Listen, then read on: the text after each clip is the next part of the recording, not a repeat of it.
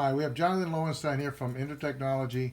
Gonna just talk briefly about our welder. Go ahead, Jonathan. Uh, this is the Model 700 welder, Vishay welder. It is used to install gauges without adhesives onto structures and to hold cables down where you need to hold cables to install gauges in general.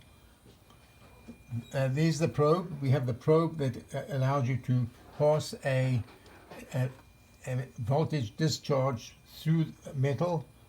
The gauge is mounted, bonded in the laboratory by Vishay onto a stainless steel shim, and the shim is brought to the structure, and having cleaned the structure, you spot weld with the spot welder.